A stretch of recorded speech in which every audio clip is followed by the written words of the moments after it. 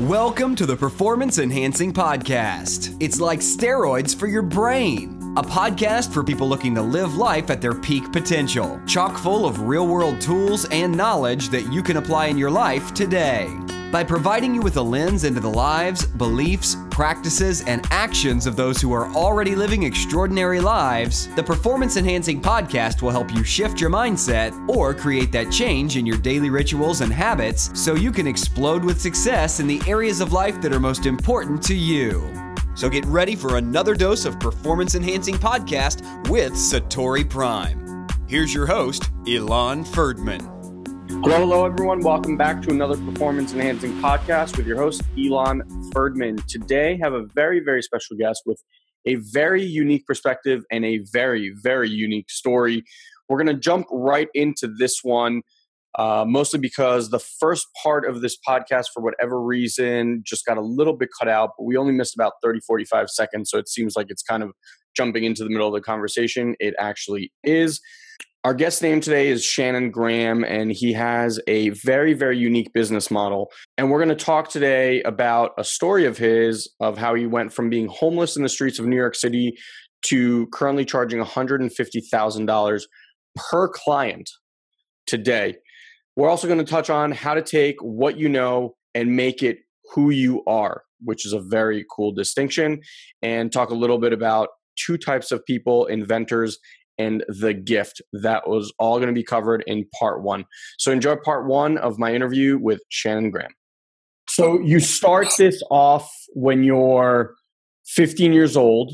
Yeah. And you said something about your family background. Obviously, you had some struggles there. Yeah. So you're obviously, when you go into this, you're just dealing with yourself, right? Like there's no thought of anyone else at this point. No, my motive, at least at the very beginning, was just self-preservation. Essentially, I woke up one morning and I asked myself, where is this all going? And the answer was jail or worse. Wow. Yeah. And so that kind of sobered me up a little bit. And the next question I asked was kind of interesting. I said to myself, is that my destiny? And you were 15 at the time? I was 15. That's a pretty high level question for a 15-year-old to ask themselves. Well, the good and the bad of coming from a rough childhood is that you grow up quick. Mm. And so, I'm kind of an old soul as it is. So there's that. But, growing up a certain way, when you have to grow up fast, you kind of develop that side.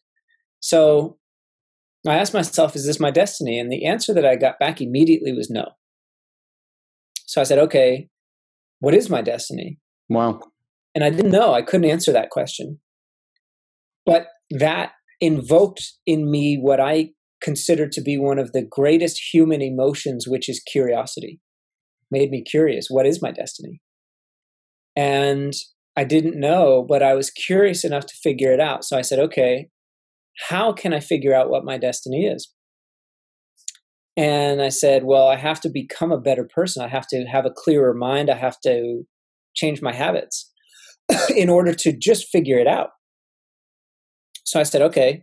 And that's when I got on to self-help, because that was going to be like my tool to help me get to where I could figure it out. Yeah. Interesting. Were you reading books at the time? Were you going to seminars? I was primarily reading books. I lived in a very small town in Vermont with a little less than 2,000 people. So I didn't really have access to the big cities where I could go to events and things like that. But there were a couple of really key bookstores that I went to. And I got books. And there's a course. I'm not an affiliate or anything, so this isn't a plug, but it's a course called IQ, EYE and the letter Q. And it's a speed reading and memory development program. And I did that program first, so it allowed me to consume very large amounts of information in a very short amount of time. So within that year, from 15 to 16, I read somewhere in the ballpark of like 300 books. Wow. And, I listened to audio tapes and some CDs as well, because they were tapes back then. Yeah, that's right. But yeah, primarily books. And on top of that, I went to Staples and I bought 4 oversized whiteboards, and I put them up in my room. So as I learned things, I would extrapolate them onto the whiteboard so that I didn't just know them, but I integrated them into who I was. Wow. Because I knew, because just trial by fire, I would read something and I would learn it, but my life wouldn't change. So then I would think to myself, okay, there's something missing. What's missing? And I finally understood that there's a difference between what you know and who you are. Yeah. So you have to take what you know and make it part of who you are. Absolutely. And so I bridged that gap by being able to write those things out in very simplistic forms so that I could integrate them into my identity. And that's what allowed me to make a lot of the big shifts. It's interesting. I find that one of the biggest downsides to these books and even some seminars and audio, et cetera, is exactly what you said, that people have really great feelings and they'll be like, oh, wow, that's so smart, but nothing ever happens. Yeah. They can't get it down to their bones. They can't get it down into practice. It's almost like reading about going to the gym and expecting that somehow you're going to be healthy without actually walking into the gym. Yeah. They did a study on this, and they found out that psychologically the act of simply spending the money on the book or the seminar or whatever is rationalization enough for most people to feel like they've symbolically made a gesture towards the thing that they want and they don't have to do anything else. Wow. Yeah. So that's why most people, the majority of people who buy self-help books don't even open them. They just think that symbolically, since they bought it, then that's enough. Yeah. Let alone open it and then not just read it, but then actually implement. Yeah. It's very difficult, I think, for layers. Yeah. It's very difficult for people to implement that stuff without some sort of context. Yeah. I feel like once you have some sort of baseline of how to integrate the stuff, it's much easier to take on that information and integrate. But when you just first do it, it's just a book. Or I know when The Secret was really big. Yeah. And everyone's like, oh my God, you see The Secret? You see The Secret? And you're like, what are you doing? Yeah. Okay, so you watched it. How is that changing your life? Right. Yeah. So you're really young at this point. Were you also sharing some of this information with people? At this point, you're in high school, right? So you're sharing this with your friends and they're being really receptive. That's how you started getting this is what you want to do? Totally. So that's when it flipped. It went from it was about me to once I shared it with people at school and I saw their lives start to change, then it became about them. Wow. And so then I became more of like a servant leader than a self-centered, success person. And so now you're on this path, you're making a difference for people. And we'll get to, because again, like I said in the beginning, Shannon has a really, really interesting business model right now. So fast forward me a little bit. How do you start transitioning into what you're doing today? Sure. So, I graduated high school a year early. I took 2 years worth of schoolwork and I essentially took 2 years worth of schoolwork in 1 year and graduated a year early. I moved to New York City. And New York City was like the best laboratory that I could have had because New Yorkers typically are a little more closed off than most people. Yes. However, New Yorkers also, when they open up to people, tend to be some of the most like heart-centered, like passionate people you're ever going to meet. Deep. So they got like a thick wall, but if you can get past that, they will do anything for you. Yeah. And so I would literally, when I wasn't working, I would just have these kind of odd jobs. And when I wasn't working, I would just go out on the subway or into restaurants and I would just start conversations with people. And slowly but surely, I would start having these really awesome, life-changing stories, these conversations. And I finally got to a really low point when I lived in New York City, and I was actually homeless for about a week in New York City. Wow. How old were you? I was 20 or 21. I must have been about 21. Crazy. Yeah. So that was a very kind of like sobering experience. Kind of scary in a lot of ways. The first couple nights was almost kind of fun because it was like Jason Bourne, like, how am I going to like figure it out? And then after that, it got old real fast. It was like, it wasn't safe. It was like all kinds of stuff. And so what happened was, I remember one night thinking to myself that I got myself into this and I have to get myself out of it. Mm. And the number one thing that I needed was money. Like, I needed money to get myself an apartment so that I could get off the streets, get my head together, and move forward. And so I said, I need to make money, but I don't want to, like, even if I land a job tomorrow, it takes a couple weeks to get paid. So that's not going to work. I got to do something quicker than that. And I thought to myself, I know all this stuff about how to help people, and I really feel like it's valuable. I didn't know anything about coaching at this point. I didn't even know that coaching existed. And I said to myself, I bet that if I really helped someone change their life, they'd be willing to pay me for it. Yeah. So without knowing it, I kind of invented coaching. It's kind of like when you make up that joke and you tell it to someone and they're like, dude, you didn't make that up. Like, I've heard that before. Yeah. It was like that. And so literally what I did is I woke up the next day and I went to the big library in New York City, downtown, and I posted an ad on Craigslist. Now, this was back when Craigslist was actually a really good tool to use. These days it's like spam central. It's like total garbage. But back then it was really, really great. And I wish I could find it. I should like connect with someone who like really is a ninja at the internet, because I would love to find that original ad that I posted, because it was ghetto as all hell. It was like, my name is Shannon and I am a life helper and I will help you. Like, it was just, but it was full of heart. It was full of heart.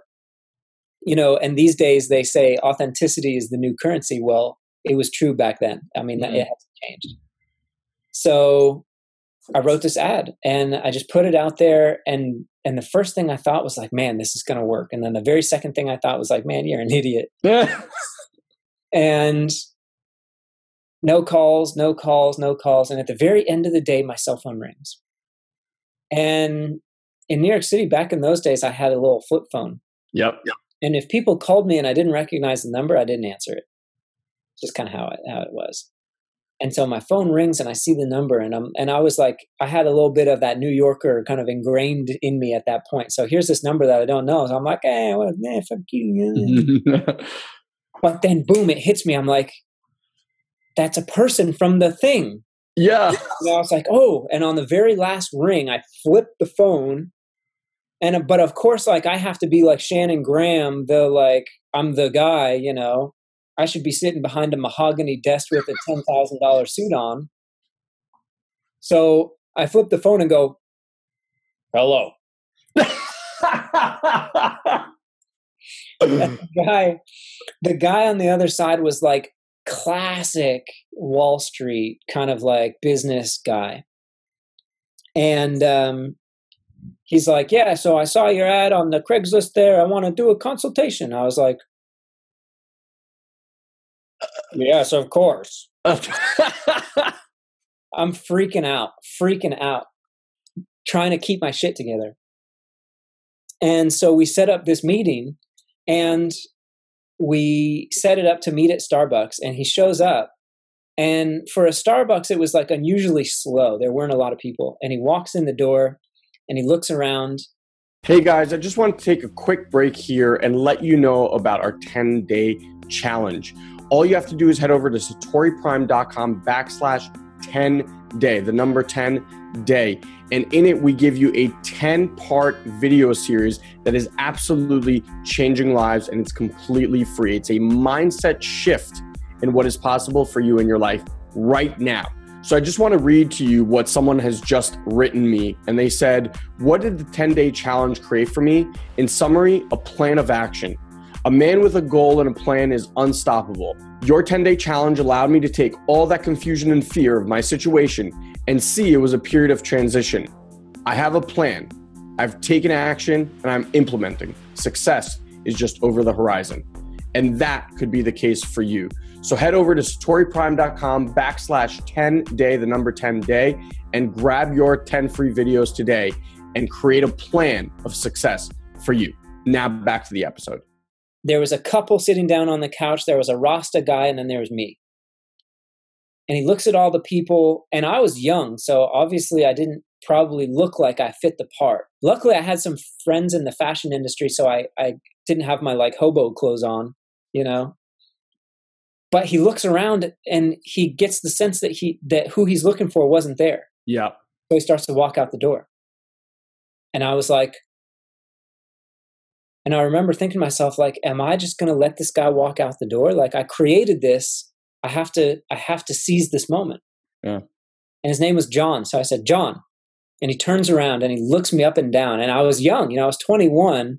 And when I was 21, I looked like I was probably like 14. Yeah. So he looks me up and down and he goes, Shannon? I was like, yeah. He goes, you got to be kidding me. You're going to help me change my life. I've lived twice as long as you have. This is a scam. I'm out of here. And he turns around and he starts to walk out. And I was like, oh man. But I thought to myself, nope, you created this. You've got to seize it. And so I literally grabbed him by the shoulder and I turned him around and I said, look, you committed to being here for an hour. Let me talk to you for 30 minutes. We'll time it. And if you don't like what I have to say at the end of that 30 minutes, you can leave. I'll buy you a coffee. And the least that'll come out of it is that I bought you a coffee. Sound fair enough?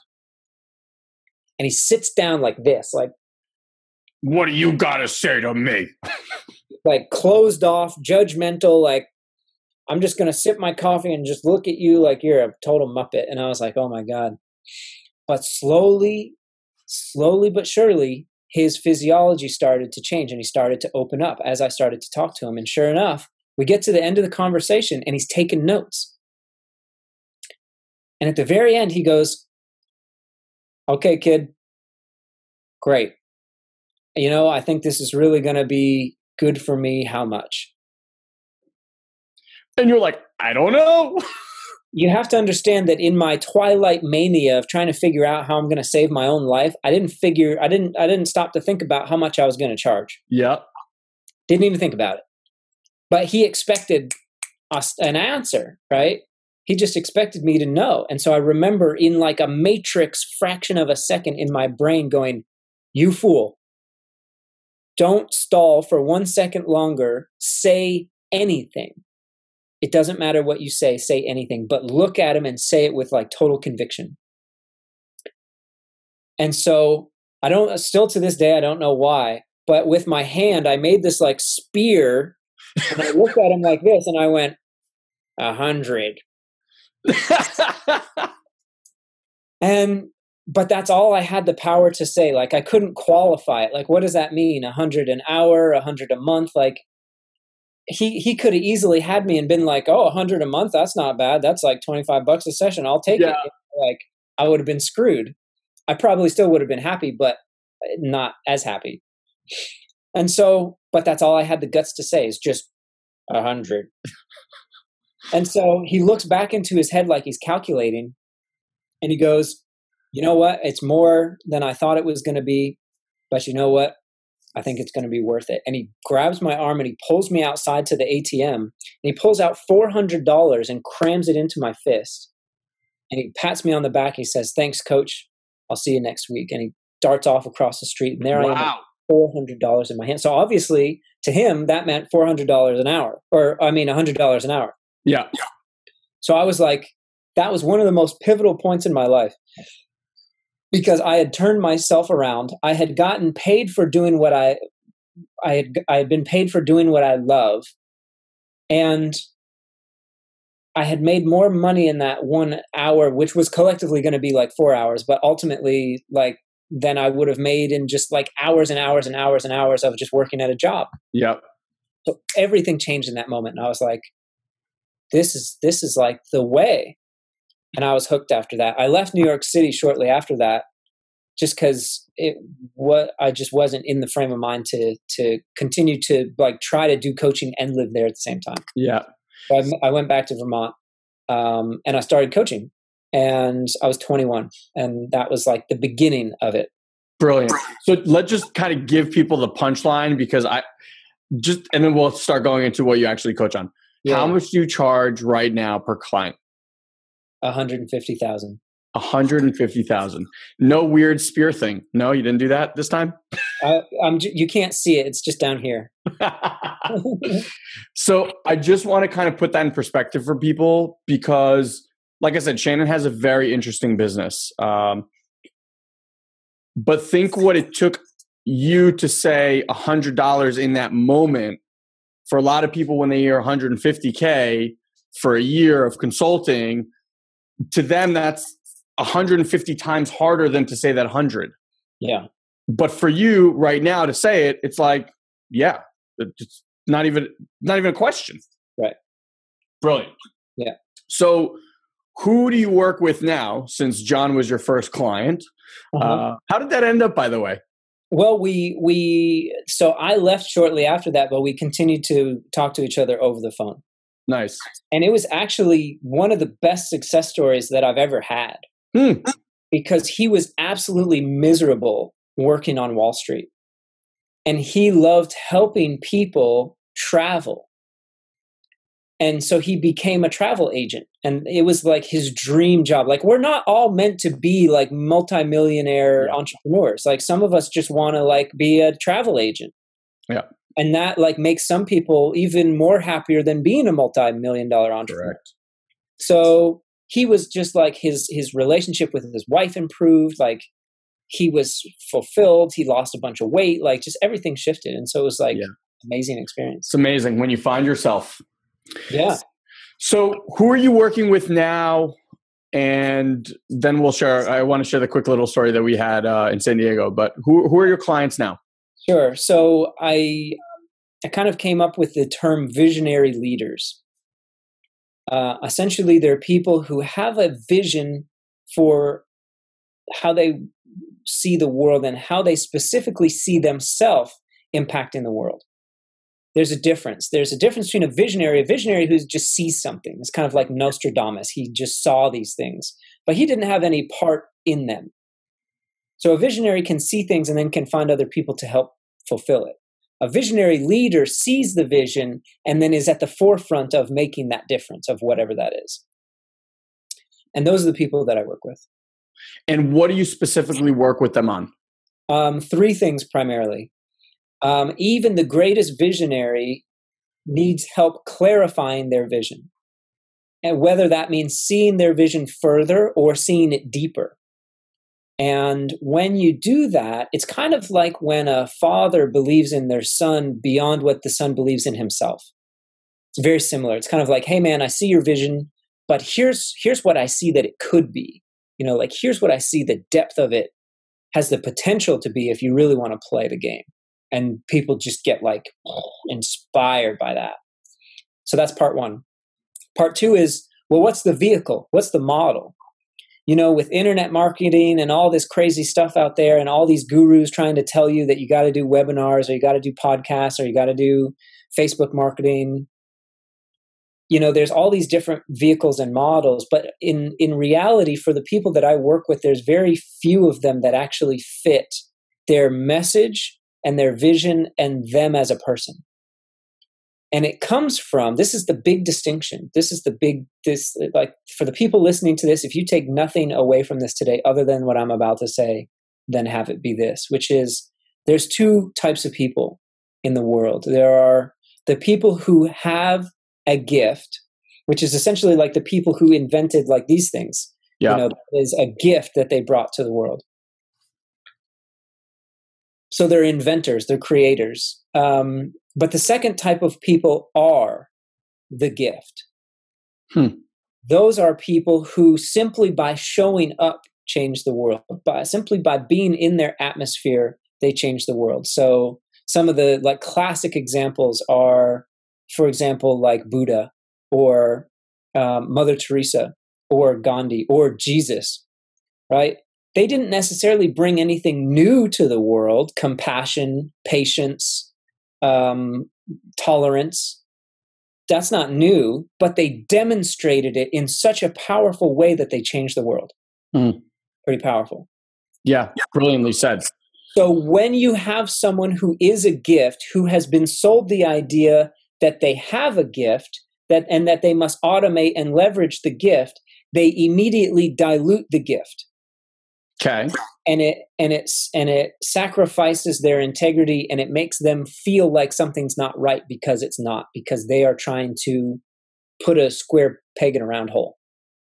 Interesting. So a lot of my work, because we live in such a digital and information internet world, a lot of my work is working with people who are the gift and basically saying, listen, all this bullshit that you've been told about that you got to automate and leverage and do all this other stuff is not true. And you can actually remove all of that from your business model and be even more effective and make more money.